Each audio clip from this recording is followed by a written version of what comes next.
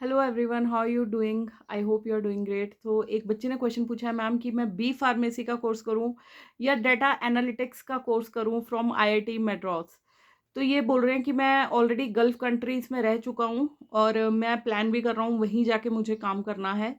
तो और ये बोल रहे हैं कि जो मेरे आसपास के लोग हैं वो कहते हैं कि बी फार्मा में इतना स्कोप नहीं है आपका, जो ग्रोथ है बहुत ही स्लो है। तो इसलिए अगर मेरे को गल्फ कंट्री में जाना है तो मैं कौन-सा कोर्स चूज़ करूँ? बेटा मेरे हिसाब से गल्फ कंट्री में अगर आपने जाना है, डेटा एनालिटिक्स का कोर्स बहुत अच्छा है, वो भी अगर आपको आईआईटी से करने का चांस मिल रहा है, तो it will be very good decision, ठीक है? बिकॉज़ गल्फ कंट्रीज़ एक तरह से अपना जो इनका बी फार्मा की मैं बात करूँगी, तो वहाँ पे अगर आपकी जान-पहचान नहीं है, तो वहाँ पे इतना ज़्यादा आपका स्कोप नहीं बन पाएगा। वो आप सही कह रहे हो जिसने भी आपको बोला है कि ग्रोथ स्लो है। बट अगर पैरामेडिकल कोर्सेज़ में जाना है तो एक बीएससी नर्सिंग है, ज जिनका गल्फ कंट्रीज़ में बहुत ज़्यादा डिमांड है। साथ में डेटा एनालिटिक्स की तो इनकी वैकेंसीज़ निकलती ही रहती हैं, ठीक है? आप ये सोचो कि एकदम से ग्रोथ हो जाएगा। देखो किसी और के अंडर काम करना है अगर, तो एकदम से ग्रोथ नहीं होता है।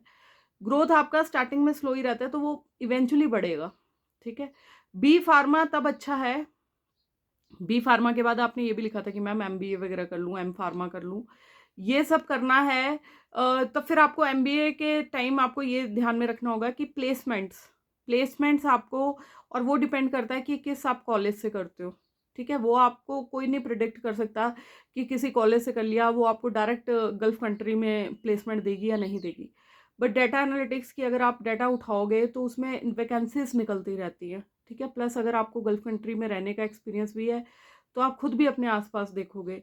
एंड आईआईटी एक रेप्यूटेड, आईआईटी मद्रास एक रेप्यूटेड इंस्टीट्यूशन है। अगर आपको वहाँ से कोर्स करने का मौका मिल रहा है, तो why not go for it, right? सीखोगे, कुछ अच्छा सीखोगे, रिज़्यूमे में आईआईटी मद्रास लिखा होगा, तो बाकी भी बहुत सारी कंपनीज़ हैं, प्राइवेट कंपनीज़ हैं, जहाँ पे आप अप्लाई जब करोगे तो फिर they will see your resume, और मतलब जब बेस इतना स्ट्रांग होगा तो obviously you will get upper hand ना।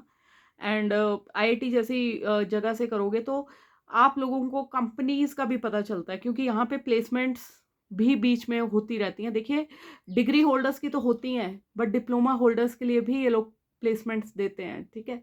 तो जो भी डिसाइड करना, सब कुछ सोच समझ के करना, ठीक है? I wish you all the very best. And बाकी भगवान सबका भला करे। हर हर महादेव, जय श्री राम। किसी का क्वेश्चन होगा तो कमेंट बॉक्स में लिखें। गुड लक बच्चों।